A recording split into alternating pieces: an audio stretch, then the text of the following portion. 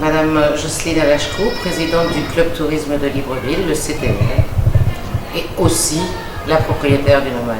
2020 s'en va, 2021 s'annonce déjà. Nous sommes à quelques heures de cette transition. Également, nous sommes à l'heure de bilan.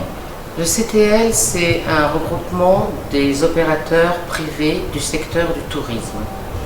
Ça regroupe les hôtels, les restaurants, mais aussi les agences de voyage, les compagnies aériennes, les centres de loisirs, tout ce qui touche au tourisme.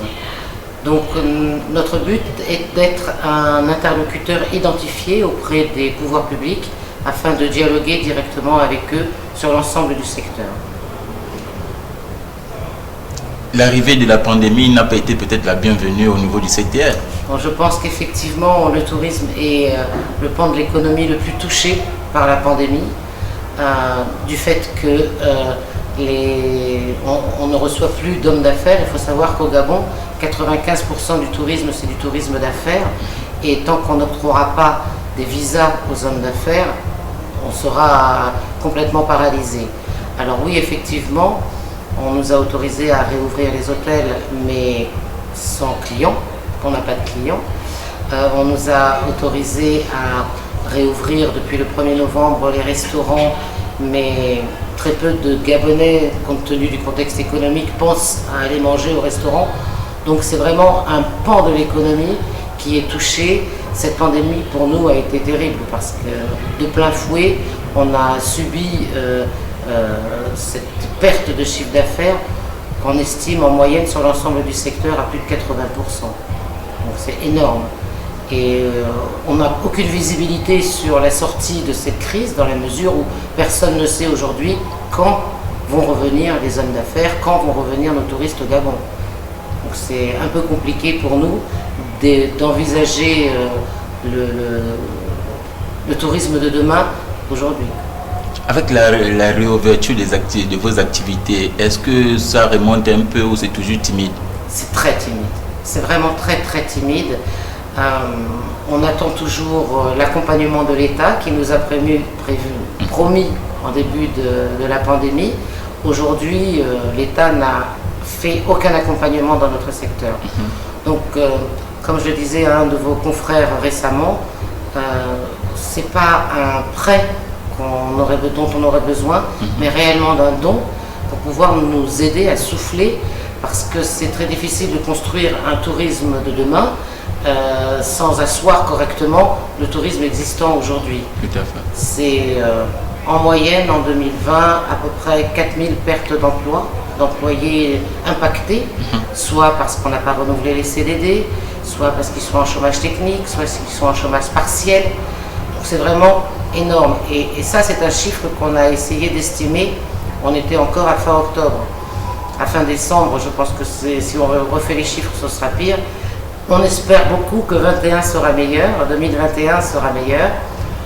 On table aussi pas mal sur l'ouverture de la ZLECAf, de la zone de libre-échange, et en espérant que ça va nous permettre d'avoir un meilleur accès à nos voisins, leur permettre de venir chez nous, parce qu'eux peuvent venir aujourd'hui. Donc on essaye de favoriser cela. Est-ce qu'il y a des nouvelles techniques, peut-être d'amoindrir les prix, d'attirer la clientèle, parce que nous sommes on est prêts à réduire un petit peu nos coûts, nos prix pour nos clients pour pouvoir les attirer. Si vous regardez aujourd'hui au Nomade les tarifs qui sont affichés, ça fait très très longtemps que je ne vends plus une chambre aux tarifs affichés. Donc pour attirer le client, on est tous prêts à réduire un peu nos coûts. Et ce qu'il faudrait pour bien faire, c'est que le prix des billets d'avion, des taxes aéroportuaires baisse pour pouvoir aussi les attirer, parce que c'est une destination quand même très chère, le Gabon.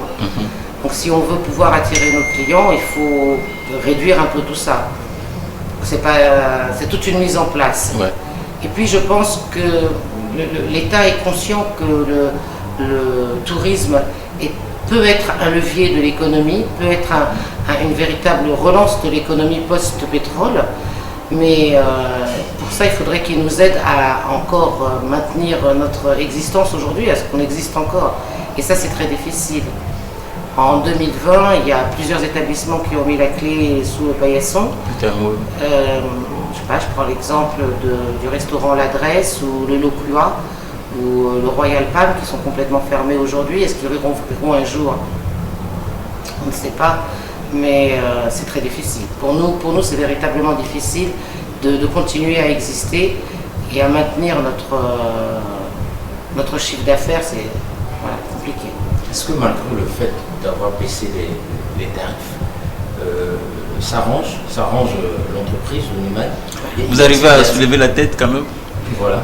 Non, sincèrement, on travaille avec la clientèle locale en ce qui concerne un petit peu les mariages pour les établissements qui ont des espaces en extérieur. Mais tous ceux qui ont des espaces en intérieur, vous savez tous que c'est limité à 30 personnes. On ne peut pas faire d'événements vraiment avec 30 personnes. D'accord. Donc tous les gros événements qui étaient prévus dans l'année et qui ont été annulés, pour nous c'est une perte sèche, quoi. Donc on espère que 2021 sera meilleur, on espère que l'arrivée du vaccin va résoudre le problème, on espère à une relance du secteur, mais on espère surtout qu'on ne sera pas les grands oubliés du système par le gouvernement, parce qu'aujourd'hui on n'a rien, on ne voit rien venir. Mais bon, on continue à espérer et on pense que l'État réagira avant qu'on soit tous éteints. Ouais. Peut-être un appel au niveau de la clientèle, sinon quelque chose qu'on n'a pas abordé, c'est l'occasion d'aborder, et ensuite souhaiter vos vœux à vos chers. Et qu'est-ce qu'on espère? On espère que très rapidement nos clients internationaux vont pouvoir revenir. C'est la seule manière pour nous de relancer notre économie et notre activité. Ce que je souhaite à tous mes compatriotes, c'est d'abord une bonne santé, parce qu'il est évident qu'aujourd'hui c'est ce qui est le plus cher et ce qu'on souhaite à tout le monde. Que je félicite quand même le gouvernement pour la mise en place des différentes mesures qu'il a prises, parce qu'effectivement on est beaucoup moins impacté qu'en Europe ou qu'ailleurs. Donc bravo quand même à toutes les démarches et toutes les mesures qu'il a prises, mais il faut quand même qu'il nous accompagne pour continuer à vivre, à survivre, et qu'on puisse continuer à l'aider. En 2019, on avait fait un pas de géant dans le tourisme lorsqu'on a fait les rencontres nationales du tourisme. On a mis en place une stratégie nationale du tourisme. Mais tout ça aujourd'hui, c'est très très loin, et on espère en 2021 pouvoir réactiver tout ça pour remettre tout ça en place. Le Gabonais n'est pas conscient du potentiel touristique qu'il possède dans son pays. C'est un peu dommage que dès qu'il a un peu de moyens, il l'utilise pour retourner dans son village d'origine et non pas visiter son pays.